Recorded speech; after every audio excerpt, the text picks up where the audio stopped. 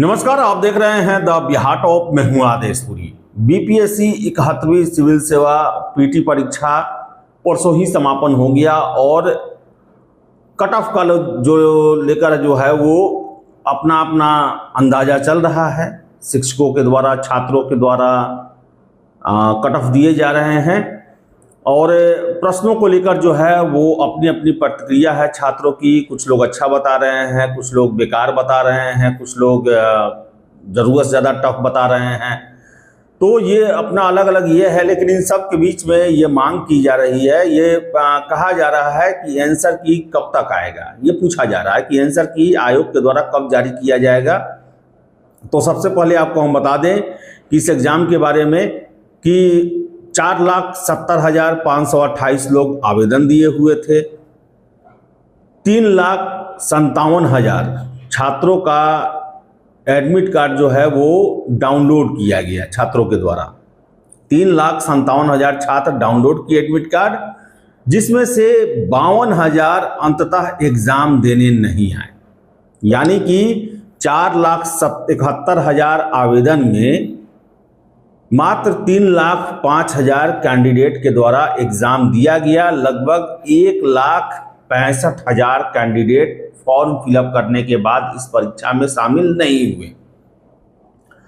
ये बड़ा ही आश्चर्य लगता है कि उस समय तो 100 रुपया फी भी नहीं किया गया था। भाई, इतनी बड़ी संख्या में छात्र आवेदन देते हैं और एग्ज़ाम देने के लिए नहीं जाते। और इसको लेकर जो है कुछ लोगों का कहना है, छात्रों का ही कहना है, जब हमने बातें रखी तो कहना है कि देखिए, इसमें बहुत सारे वैसे लोग भी हैं जो कि जो प्रोत्साहन राशि मिलती है उसके लिए भी आवेदन करते हैं, और जब सेंटर दूर जाता है तो फिर वो रिस्क नहीं लेते हैं कि भाई अब पटना से, चाहे कैमूर से या बेतिया से चल के वो किशनगंज जाएं, भागलपुर जाएं, कष्ट सहें, तैयारी है नहीं, और 700-800 रुपया तो इधर फॉर्म भरने में लगा है और पता चलेगा कि एग्ज़ाम देने में भी 3-4 हज़ार रुपया खर्च हो गया। ये भी वजह है, या और भी वजह हो सकते हैं कि बहुत लोग जो है, जो फॉर्म आता है तो उस समय आवेदन कर देता है, लेकिन लास्ट तक वो तैयार नहीं हो पाता है एग्ज़ाम देने के लिए। तो आपको हम बता दें कि आंसर की में जो हमें सूचनाएं मिल रही हैं कि इस बार थोड़ा देरी होने की संभावना है। यानी कि इस वीक लास्ट तक या फिर अगले वीक जो है वो संभावना बन रही है कि आयोग के द्वारा आंसर की जारी किया जाए। बहुत जल्द जारी होने की संभावना कम लगती है, यानी कि 7-8 दिन लगेगा इसमें आंसर की जारी होने में। तो जितने भी आप कैंडिडेट हैं खुद से मिलाएं। चलिए, आयोग के द्वारा दिया जाएगा आंसर, उसमें ऐसा नहीं है कि पूरा का पूरा बदल जाएगा। 2-4 अंकों का जो है वो, चाहे प्रश्नों का जो है इधर उधर होता है, जो आप सोच रहे हैं वैसा नहीं हुआ। तो आप जितना भी कट ऑफ बनाएं उसमें जो भी आपका डाउटफुल है, जिसका सटीक आंसर आपको नहीं मिल पा रहा, उसको आप डाउटफुल की श्रेणी में रख दें और एक अनुमान लगाकर आप आगे मेंस की तैयारी में लग जाएं।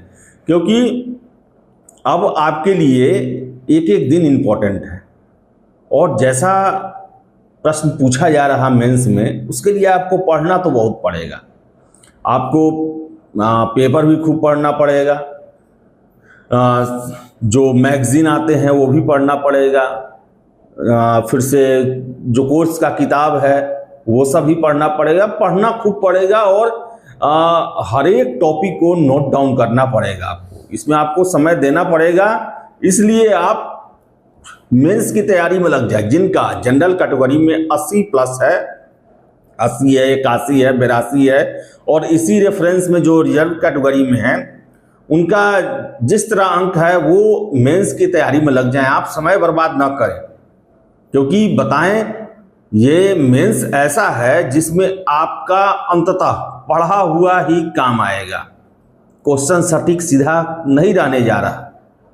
जो लोग कहा जाता है कि क्वेश्चन सारा लड़ा देते हैं, देखिए मेंस में हर एक आदमी का क्वेश्चन लड़ता है। आप आज भी अगर 25-30 टॉपिक गेस कर लेंगे, उसी के दायरे में मेंस रहता है। लेकिन सबसे अहम होता है कि उस टॉपिक में से आयोग जो है वो प्रश्न क्या कर रहा है, इम्प्लीमेंटेशन होता है, आपकी राय होती है,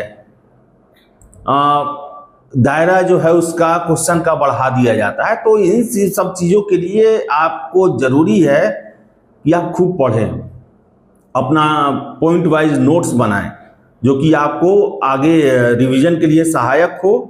और फिलहाल जो है मेरे ख्याल से आप टेस्ट के चक्कर में न पड़े, टेस्ट सीरीज देने के चक्कर में। आपके लिए ज़्यादा ज़रूरी है लेक्चर ज्वाइन करना। देखिए मेंस जो है वो लेक्चर से भी काम होता है, कोई भी खुद ही आप कर सकते हैं पढ़ लिख कर, तो बहुत अच्छा, उसका तो कोई काट ही नहीं है। अगर लगता है कि नहीं हम नहीं कर सकते, क्लास ज्वाइन करें और वहाँ पर लेक्चर अटेंड करें, क्योंकि अब का जो मेंस है वो लिखाया नहीं जा सकता है। आपको जानकारी सब रखना है, लिखने की कला सीखना है, लिखने का प्रैक्टिस करना है, और सीधे एकाएक अभी आप पूरे टेस्ट में ना बैठें। अभी लिखने का मतलब है कि एक ही क्वेश्चन को कैसे फ्रेमिंग हो रहा है, क्या डिमांड है, इसके बारे में आप लिखना सीखें। और इसके लिए जरूरी है कि आपके पास ज्ञान हो, और वो लिखने की कला मीन्स प्रश्नों में कब क्या कहाँ क्या देना है, शीर्षक है, मेन बॉडी पार्ट है, फिर से निष्कर्ष है, कैसे क्वेश्चन जब इंटरलिंक्ड है तो उसको जोड़ना है। तो इन सब चीज़ के लिए आपको लेक्चर की ज़रूरत है। आप क्लासेस ज्वाइन करें, लेक्चर सुने, और ये जाने कि कैसे जो है वो आंसर राइटिंग किया जाता है, किन किन चीज़ जब डिमांड कैसा हो उसको किस तरह फुलफिल किया जाता है, कैसे पैराग्राफ चेंज करके पूरे प्रश्न के जवाब देने की कोशिश की जाती है। अभी से ही फुल स्केल टेस्ट पर आप ना लगे, मेरा सुझाव है। तो 3 महीने का समय है, 15 सितंबर है, और जनवरी में अगर होगा तो 15 सितंबर से 15 अक्टूबर, नवंबर, दिसंबर, 4 महीने हैं। 4 महीने हैं, 2.5 से 3 महीने आप पूरा जम के पढ़ें, अच्छे से पढ़ें, और 1 महीना लास्ट में जो है फुल स्केल टेस्ट दें आप। और अभी फिलहाल एक एक प्रश्न पर आप अपने आप को कंसंट्रेट करें।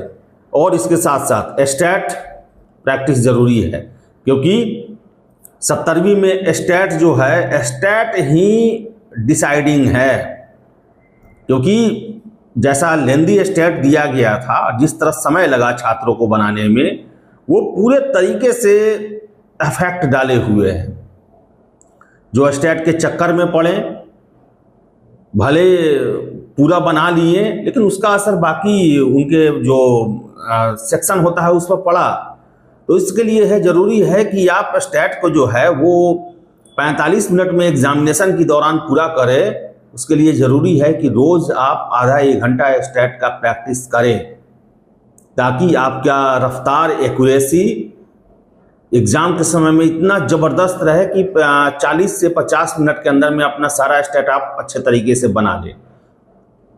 तो मेरा सुझाव है, अगर आपको अच्छा लगता है तो इसे अपनाएं। और मेरा सुझाव यही कहता है, हम लोग जब तैयारी करते थे सिविल सर्विसेज का, और दिल्ली में जिस तरह पहले का ये था कि पीटी देने के बाद मेंस को लेकर पहले ज्ञानार्जन, खूब पढ़िए, अपना शॉर्ट नोट्स बनाते चलिए, पॉइंट वाइज टीचर से डिस्कशन करते चलिए कि इससे कैसे कैसे प्रश्न हो सकते हैं, कैसे कैसे इसका आंसर देना होगा। और लास्ट का 1 महीना फुल स्केल टेस्ट 2, 3, 4 दीजिए, कॉन्फिडेंस आएगा, आपके पास ज्ञान का भंडार रहेगा, और वो आपको अंततः एग्जामिनेशन में अच्छा परफॉर्मेंस देने में सहायक होगा। तो चलिए, इस वीडियो में इतना ही। आपके आंसर की में भी थोड़ा समय लगेगा। और रिजल्ट बता दें, रिजल्ट को लेकर यही बातें निकल के आ रही हैं कि 20 अक्टूबर के बाद 71वीं और 70वीं संभावना बन रही है कि दोनों का रिजल्ट 20 अक्टूबर के बाद जारी कर दिया जाए।